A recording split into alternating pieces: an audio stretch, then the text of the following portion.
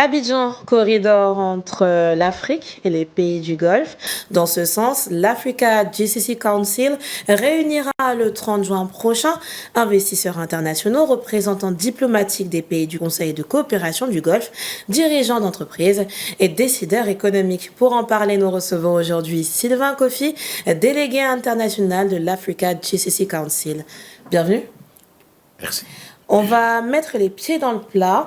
Alors, on entend parler d'un corridor économique entre l'Afrique et les pays du Golfe, mais pour quelqu'un qui découvre le sujet, qu'est-ce que ça signifie concrètement? Alors, ce que ça signifie pour nous, si vous permettez, je fais carrément une petite parenthèse. Je dois dire que cette activité qui se tient le 30 juin prochain à Movenpick Hotel est rendue possible grâce à de hautes personnalités que je vais rapidement citer, parce que l'événement va se faire sous le haut patronage du ministre Amadou Koné, ministre des Transports et des Affaires maritimes et par ailleurs maire de la commune de Boaké, et sous le parrainage de Mme Alette Badou, ministre au passage, et en même temps maire de la commune d'Ara, sous son parrainage, et sous la présidence effective de Monsieur le docteur Ibrahim Lopo, qui est maire et député de la commune de Saïwa. Donc c'est grâce à ce soutien que ces hautes personnalités nous accordent que nous parvenons aujourd'hui à nous déployer ici en Côte d'Ivoire et à organiser cet important événement. Il est important pour nous de signaler cela. D'accord, mais concrètement, Abidjan corridor entre l'Afrique et les pays du Golfe en termes d'investissement, qu'est-ce que ça veut dire pour le téléspectateur qui nous regarde actuellement et qui n'est pas nécessairement calé en économie? Alors, ce que ça représente pour nous et pour les téléspectateurs et observateurs qui nous regardent, ça signifie qu'il y a un nouvel espoir qui va commencer à renaître. Bien entendu, cela ne remet pas en cause cette tradition qui est relativement longue de coopération économique entre les pays du Golfe, l'Afrique et surtout la Côte d'Ivoire. On a plusieurs exemples. Je vais citer la récente mission que le Premier ministre, par exemple, avait organisée à Dubaï avec de nombreux opérateurs économiques ivoiriens. Et donc tout ça sont des signes assez forts qui montrent tout l'intérêt que revêt donc la coopération économique entre les pays du Golfe et l'Afrique. Alors, vous l'avez évoqué, la longue tradition qui nous lie aux pays du Golfe. Aujourd'hui, les échanges commerciaux entre la Côte d'Ivoire et ses deux principaux partenaires du Golfe, à savoir les Émirats arabes unis et l'Arabie saoudite, représentent environ 247 milliards de francs CFA. Au regard du potentiel des économies du Golfe aujourd'hui, est-ce que ce chiffre montre qu'on est au début d'une nouvelle collaboration? Alors, je n'ose pas dire qu'on est au début d'une nouvelle collaboration parce que, comme je disais tantôt, on a suivi avec beaucoup d'attention tous ces efforts qu'il y a de balai économique et diplomatique entre les pays du Golfe et l'Afrique. J'avais cité tantôt les nombreuses missions que le Premier ministre et certains membres du gouvernement organisent sur place dans le Golfe. On se souvient encore de cette importante levée de fonds que le ministre du Tourisme avait levée dernièrement pour le programme Côte d'Ivoire Tourisme. Donc il y a autant d'actions qui sont menées. Aujourd'hui, ce que nous apportons comme peut-être innovation, c'est de faire en sorte qu'à travers Africa GCC, qui est notre plateforme d'intervention, nous puissions davantage harmoniser et structurer ces efforts de communication économique entre le Golfe et l'Afrique. Et c'est pourquoi, en marge du prochain Annual Investment Meeting, entendez par là la conférence annuelle et mondiale sur l'investissement, nous allons avoir l'occasion rêver d'avoir un pavillon spécialement dédié aux investissements tournés et orientés vers l'Afrique. Et donc, cela va se faire donc, dans le cadre du IM Congress.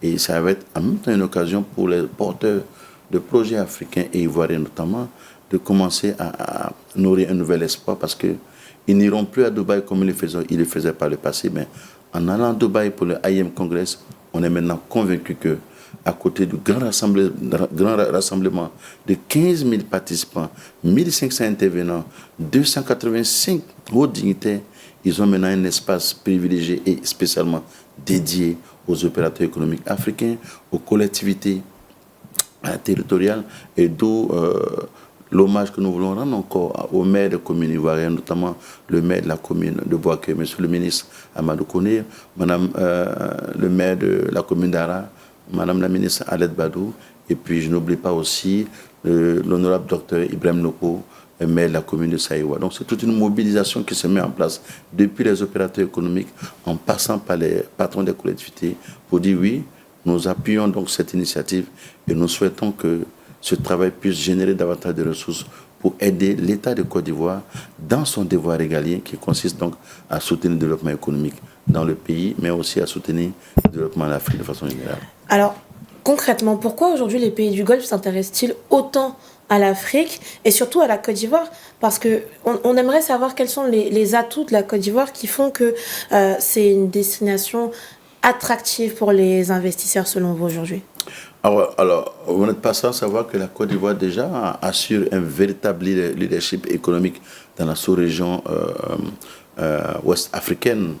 Et puis, en plus donc de ce leadership économique, nous jouissons d'une stabilité politique, d'une stabilité économique qui est gage d'assurance et donc de confiance pour les potentiels investisseurs.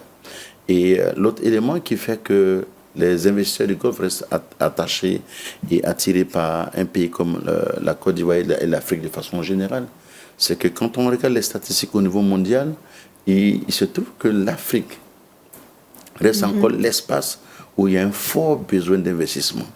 Et donc, des pays comme du Golfe, qui ont quand même, au plan économique, sont parvenus à franchir des barres assez satisfaisantes. Je pense qu'elles nourrissent bien entendu, ces pays, nourrissent bien entendu un besoin d'être solidaires et d'accompagner donc les autres pays dans leurs efforts de croissance économique.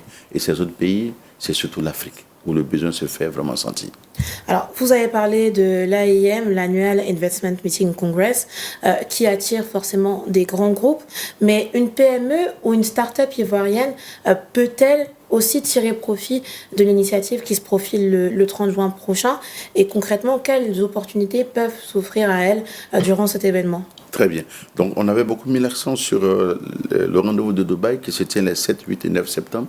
Et en prélude donc, à Dubaï, nous, ici, en tant que délégué international et vice-président pour le Bureau Côte d'Ivoire, nous avons eu à cœur de créer un espace, un rendez-vous où justement les grands groupes, les grandes entreprises, mais aussi les acteurs, les startups, les PME pourront venir écouter les modalités d'accompagnement économique que met en place les pays du Golfe.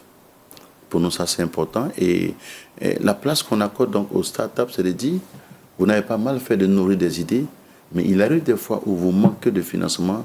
Je ne veux pas remettre en cause tout le travail qui se fait par l'État de Côte d'Ivoire et les banques locales, banques commerciales en termes d'accompagnement. Mais vous savez que les besoins restent énormes et des appuis supplémentaires, surtout ceux venant du Golfe, restent les bienvenus. Et je voudrais au passage saluer tout le travail que fait le CPC pour accompagner les investissements et bien d'autres structures qui y travaillent. Nous venons un peu comme un complément en plus de tout ce qui s'est fait déjà, que nous saluons, que nous reconnaissons. Au-delà des contrats et des investissements et aussi les modalités d'accompagnement, quel est l'objectif à long terme de l'Africa GCC pour la Côte d'Ivoire? Alors, l'objectif à long terme de l'Africa GCC pour la Côte d'Ivoire, c'est de faire en sorte que les grands projets de développement qui jusque-là sont nourris par l'ensemble du gouvernement et des acteurs nationaux puissent ne pas manquer de financement dans le cadre de leur mise en œuvre. Et donc, nous nous voyons comme un puissant acteur qui vient donc accompagner nos différents États, les opérateurs économiques, donc à l'échelle micro, méso et macro. Nous nous voyons comme un puissant acteur qui accompagne l'ensemble de ces entités-là dans leurs efforts de croissance économique. Nous venons donc comme un tampon entre porteurs de projets et investisseurs pour garantir cette transparence et ce mouvement économique entre ces deux tendances. On en arrive à la conclusion de cet entretien. Un potentiel participant vous regarde actuellement. Il a encore peut-être des doutes. Comment vous pouvez lever ces doutes?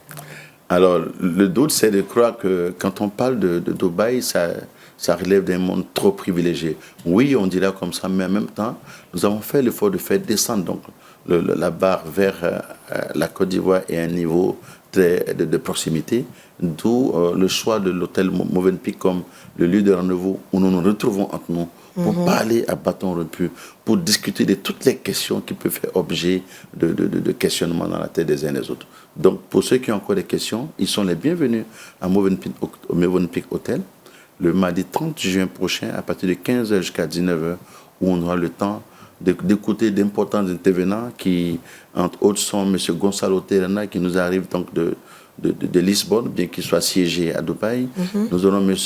Excellence Ayman Al-Awadi, le Gulf Business Ambassador, qui arrive pour justement décrire l'environnement économique de Dubaï et comment les investisseurs du monde du Golfe entendent donc soutenir nos efforts au niveau du Sud. Et puis on aura aussi M. William Kondi, qui est un opérateur économique affranchi, un expert financier entre Dubaï et Abidjan, qui viendra aussi faire de communication. Et en face d'eux, on aura toute une panoplie d'acteurs curieux justement d'avoir des informations qui les mettent en confiance et qui les incitent à faire le déplacement sur Dubaï les 7, 8 et 9 septembre prochains. Merci, Monsieur Sylvain Kofi, d'avoir répondu à nos questions. Je rappelle à nos téléspectateurs que vous êtes délégué international de l'Africa GCC Council. C'est ici que s'arrête ce nouvel épisode de l'invité de la rédaction. Bonne suite des programmes sur 7info et sur 7info.ci.